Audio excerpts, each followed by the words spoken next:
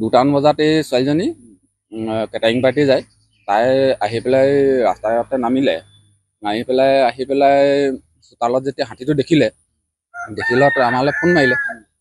আমাৰ খুৰা ছোৱালী হয়। তাৰপৰা ফোন মাৰিলত বোলে হাতী আছে আমাৰ চোতালতে, ওলাই নাহিবি। তাৰপৰা মাকক আমি চিঞৰি পেলাই ক'লোঁ যে খুৰী ওলাই নাহিব, হাতীটো চোতালতে ৰৈ আছে। তাৰপিছতে তেনেকৈ বুলি ক'লত অকণমান দেৰি পিছতে আমি ওলাই আহিলত এইপিনে গৈ পেলাই ৱালখন ভাঙি দিলে, পঢ়া টেবুলৰ ওচৰতে। তাৰপৰা বৰঘৰটো ভাঙিলে। গোটেই তাৰমানে অৱস্থা নাই আৰু। তাৰপৰা ইটো সিটো মানুহ গোট খালত হাতীটো এইপিনে পথাৰৰ ফালে চেঁচামুখ ফালে গুচি গ'ল। মানুহ আছিলে, শুই আছিলে, যেন তেনে তাৰমানে ওলাই আহিছে আৰু। ওলাই আহি পেলাই দৰ্জা খোল কি কৈছে, আমাৰ ঘৰত সোমাই দিলে। তেনেকৈহে বাচিছে।